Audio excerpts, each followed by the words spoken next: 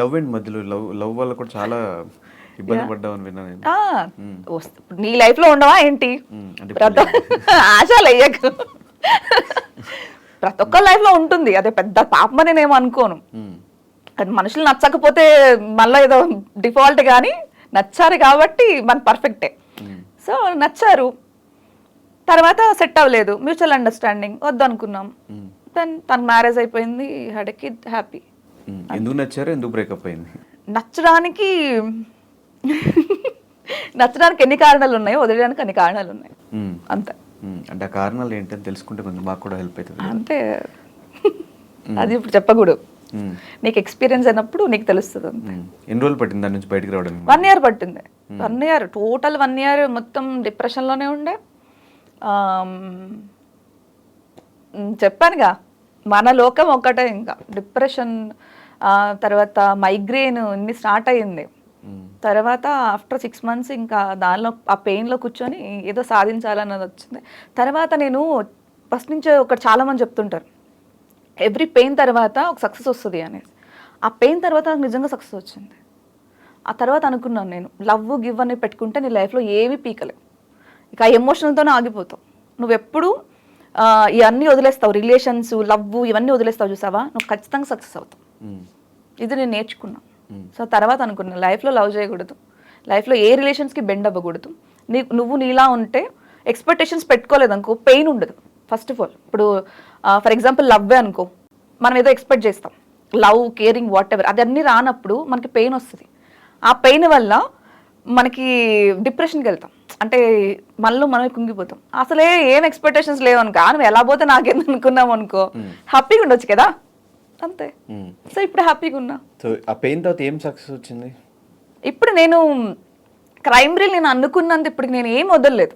నా ఈవెంట్ బోల్డ్ సక్సెస్ అయింది. అంటే ఇప్పటికీ నువ్వు డైరెక్ట్ చేసావా అని నీ వరకు వచ్చింది అంటేనే ఇలా చాలా మందికి వచ్చి నాకు అప్రిషియేషన్స్ వచ్చాయి, కాంటాక్ట్స్ వచ్చాయి, తర్వాత వాట్ ఎవర్ ఏదైనా సరే నాకు విషెస్ చాలా ఎక్కువ వచ్చాయి, ఆఫర్స్ కూడా వచ్చాయి. అంటే ప్రొడ్యూసర్స్ వచ్చారు నాకు ఇంకో సినిమా చేయడానికి. సో త్వరలో సెకండ్ ఫిలిం కూడా స్టార్ట్ చేయబోతున్నా.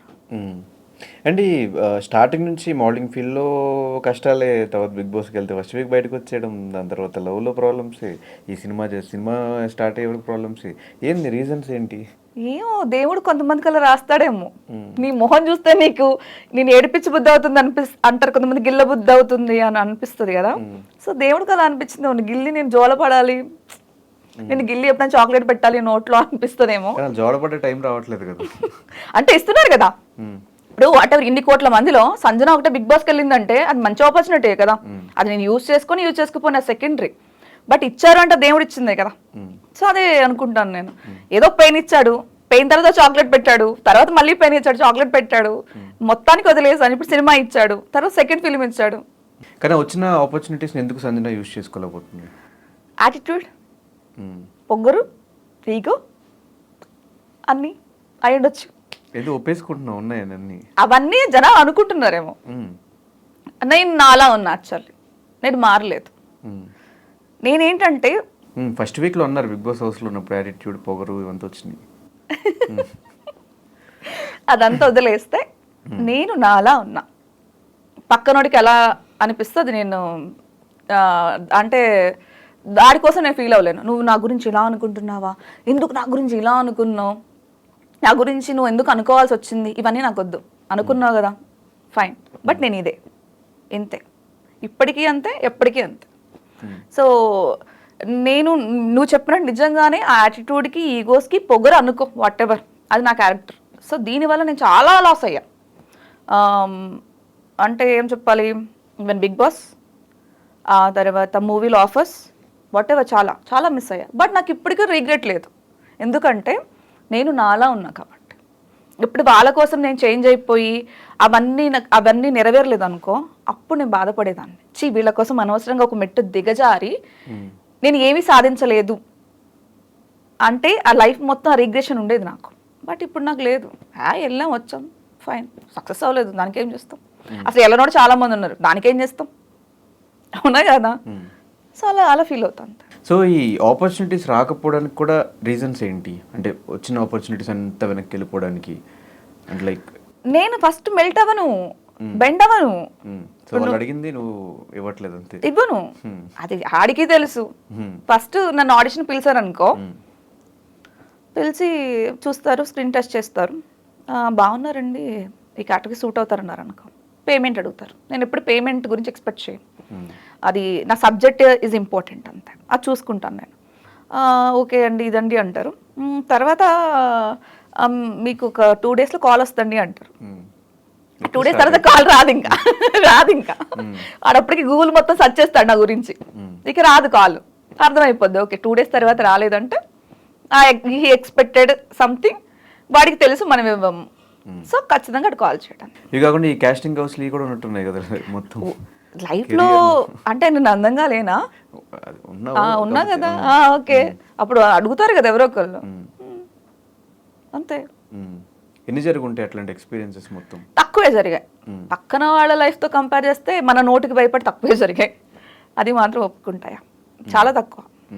సో చాలా మంది ఇండస్ట్రీకి రావాలంటే కొంచెం భయపడుతుంటారు ఇలాంటివి జరుగుతున్నాయి అని చెప్పేసి. విజయవాడ నుంచి వచ్చి తెలుగమ్మాయిగా ఇండస్ట్రీకి వచ్చేసి ఇవంతా ఫేస్ చేసి కూడా స్టిల్ ఇండస్ట్రీలో ఉంటాను రీజన్ ఏంటి? నా నమ్మకం.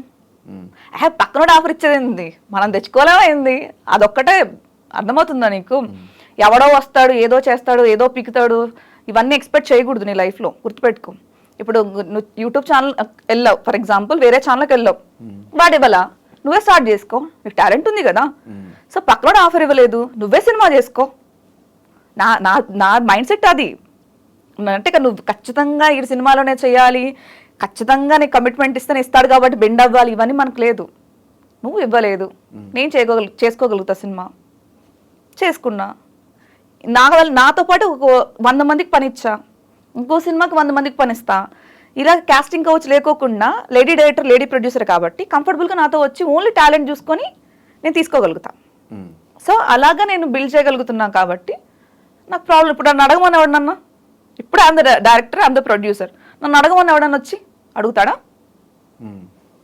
అడగరే కదా. అంతే. అంటే ఒక సీజన్ 2 అప్పుడు ఒక కామనర్గా, ఒక మిడిల్ క్లాస్ అమ్మాయిగా హౌస్లోకి వెళ్ళిన సంజనాకి ఇన్ని డబ్బులు ఎక్కడ? మిడిల్ క్లాస్ అని ఎవరు చెప్పాడు? ఆ టైంలో ప్రోమోలు అదే కదా చెప్పింది. అంటే ఇప్పుడు మిడిల్ క్లాస్ అంటే what is the middle class mean?